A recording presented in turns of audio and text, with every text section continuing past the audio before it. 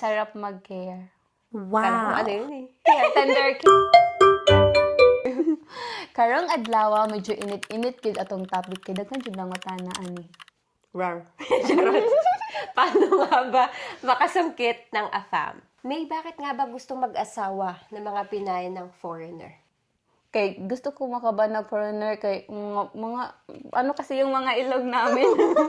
Para Para lapad ang ilong. The goal is kung anak, hindi dag-ilog. That's why. Wait lang, question. Saan ka unang nakakita ng foreigner? Sa ano? Sa Cebu. Sa Cebu. Naglakaw-lakaw.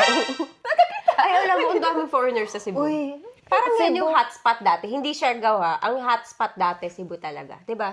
Sa Mango. Sa Mango. May nakapunta ako dun eh. Saan nga ba makahanap ng afam? Sa akin ha, sa Mormons. Bata kami, yung mga Mormons, talaga, ang gagwapo. May ano nakasipit din na Bible? Oo. Tapos ang neat nila tignan, yung parang, ang pogi. Wow. Wala na. Sa Manila kasi, hindi kasi yun, ang lugar namin sa Metro Manila, hindi siya yung puntahan ng foreigner. So kapag may foreigner doon, misyonaryo yun ng simbahan. Nakakahanap ka ng apam kapag naghanap ka talaga. Hindi yung, darating sa'yo. Ano mga dating site? Nung first episode namin, sinabi ni Maine, kung saan siya nakahanap. Sa Dating Asia. Mauso ata yung mga Tinder. Inabutan mo pa yun. Ako hindi ko na inabutan din. May Tinder pa man ngayon. Ngayon, I mean, hindi ko siya nagamit kasi parang kasal na yata ako nung nauso yung Tinder. Okay. Lola. Na-late na. Na-late na. Ang mga red flag. Sabihan mo sa kanila, May, kung ano yung mga red flag. Yung sinabi ko sa first episode natin, yung consistency. Tama. 'Di ba? Pag mag-chat kayo after 3 weeks na wala. Or after 3 days na wala. Pero naka-online. Charot. Bumalik after ilang weeks. Ano yun? Red flag una kong nakita pag foreigner, yung may dalawa silang Facebook. Ay. Although, ginawa ko na yun. Ikaw din naman, may dalawa kang Pero hindi ako foreigner. Hindi. Parang yung may pang dating ka, tapos merong official na Facebook. Yung makikita mo yung kamag-anak, kaklase, lolo, mga ganun. Meron sila dati, nabutan mo ba yun? Yung mga foreigner, meron silang Facebook, tapos yung Facebook nila, puro babae lang yun. Wow. Okay. Naano mo yun? Hindi. Wala. Wala. Wow. Matitino ang na-date mo. Ay, ang next na tong topic is dating culture. Based sa imong German na boyfriend or, ako? Based Ay, ka muna. Kasi baka pangit yun sa ibibase ko lang yung Germany, ilang dating culture akong nahibawan is, basta mag-date, 50-50. Akso. 50-50, diba? So, ang unsa imong gi-order, pag ikaw magbayad. Tama. Oh. Hindi ko sasabihin sa asawa mo na, hindi, na pinag-50-50. Ay, wala kami ng 50-50. Yes. Pero sa kasal. Wala. 50-50. Hindi. Pero Grabe yun gusto ko mag-contribute. Ay, okay. Because I'm a strong, independent woman. Tama na yan. Ito na ibang pinaggawa natin. Hindi, joke. Ay, ito na lang. Ano kahiba ng pag nag-date ka ng foreigner sa Pinoy? Did you ever dated Filipino?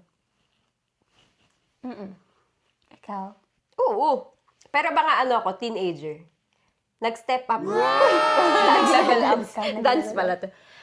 Oo, nag-date na ako ng ng foreigner mga 19? 18. Kasi parang pedophile bago nun, di ba? So, 18. So, what's the difference? Parang sila, matured. Hindi sila masyadong emotional. Napansin mo? True. Yung parang, yung structure ng buhay nila, sobrang mature. Work. Diba, wala yung kumain ka na ba na parang, basta mature. What if magtampo?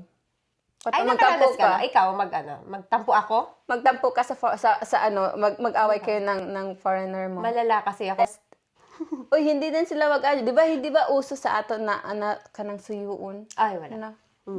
German. Wag ka umasa. Ayun na lang. Nag-away Itulog mo na lang yan. Tungwag ko kami sa kangwana, nag-away mi. Wala ko nitingog. Wala po siya nitingog. After 2 days, wala ko nitingog. Padong ko sa work. Biyaan mo ko sa kong train. So, natingog ko. Ihatad ko sa kong train. So, no choice. So, na-cancel ang pagka-independent woman. Bigla na lang nagkakasundo, no? Sa Pilipino, parang... Pero hindi sila yung mag-reach out para maging okay. Parang automatic. Automatic. Nabasa na po na ko ang ilang mentality. So, pasagdan lang na to. Pasagdan lang na siya nga magluod-luod kay eventually Iba yung level ng maturity nila. ma-okay ra na sila, ma-okay ra daw tamo. Na siguro naka-adjust pa sila, naka-adjust pa. Mga Filipino, sobrang sweet nila, pero parang yung kinakatch ka, ano ba yun? May tawag dyan, nilalove bomb ka.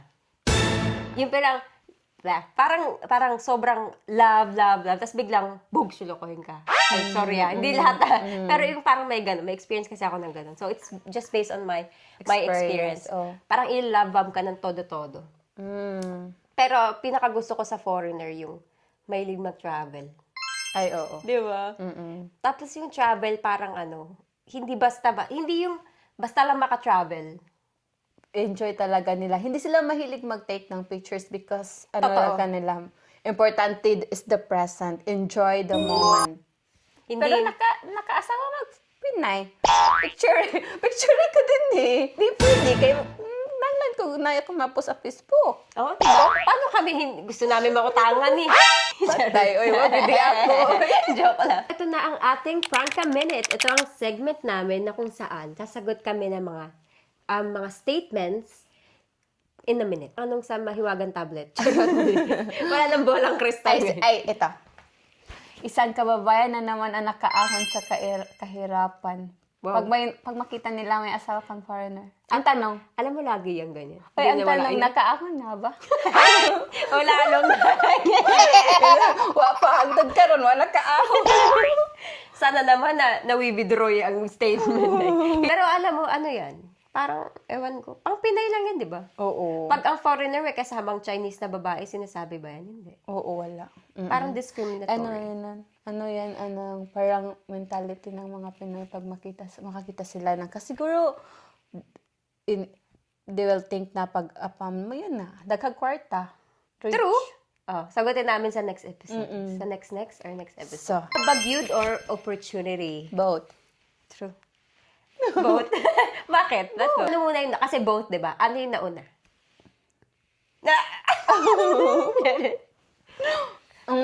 Hindi to sabay. Magpaka-plastic. Opportunity. Totoo. Diba, ang goal na siguro dili tanan, but most of us siguro kay nga it's a Step up. simpler way to go to abroad. Oo. Tsaka ano, Pero love talaga. love man nato ang atong bana, pero it's kuan lang, nindot lang kuano na makaadto tag abroad, makauba nato sila. Kay lain man gud ang LDR, diba? Tsaka, di ba, pag nanonood tayo ng mga films, nakikita na natin, iba yung sweetness ng mga foreigner. True. It's also an opportunity na maranasan yung ganun. Oo. Ay, maranasan yung ganung kind of love. Oo, ang Hindi basta-basta love, opportunity as financial din. Opportunity na maging tayo naman nasa film. Wow! oo, sweet sila. Sobra. Iba yung sweet nila, hindi yung pakitang gilas. Masarap mag-care. Kala ko ano yun eh. Tender care. Tender care. Sabon man na. Pulbos ba? Oh, pulbos di ay. Next na trigger statement kay, would you date an apam if he was not rich? No. Uy! Mukhang pera! Uy, yung sagot, no. Hindi, kami ng asawa ko, nagsimula kami, like na sabi ko sa previous episode, nagsimula kami na parehas kaming college graduate. Wala talaga kaming Na-start from start scratch. talaga. Kaya hindi ako pinaprenup eh. Hindi. Pero kung ngayon, yung 30s na ako, tas, kung magpapakasal ako ngayon, na may work ako, everything, hindi ako ayoko nang sobrang hirap na foreigner. Kasi mahirap mabuhay. Mahirap, maging mahirap. Totoo. Hindi lang sa Pilipinas. Oo, may mahirap na pa. Ikaw, will you marry kahit hindi rich? Kung ngayon yung ngayon. Mahirap po eh. Di ko makaabot din eh. Totoo. Kay, Mag-LDR lang kaya bang buhay? man ang maselo sa apam or Pinoy. Pinoy. True. Ikaw, Pinoy. True. Apam, wala paki. Wala. Sama na ang atong mga tips nga mahatag sa atong mga viewers. Takeaway. Number 1 na takeaway, be yourself. True. 'Di ba? Mm-mm. Kung Ang masungit pakatotoo ka, ka, masungit sister. ka. Oo. True. Mamahalin ka nila ng ganyan ka. Kung hindi ka naliligo 3 times, hindi joke. Ganun din sa abroad. Hindi, yung parang, 'di ba? Yung kung ano ka, just show it. Just be yourself.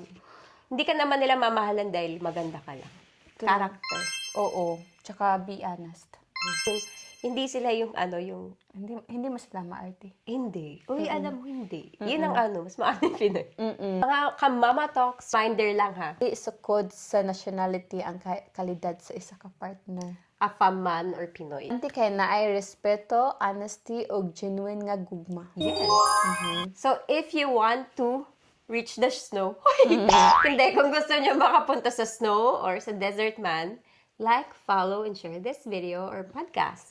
Og itag pod ang inyong silingan nga sigig ingon nga manifesting a fam fam this this year. Sa pagpaminaw. Yes. Bye! Og see you on our next episode.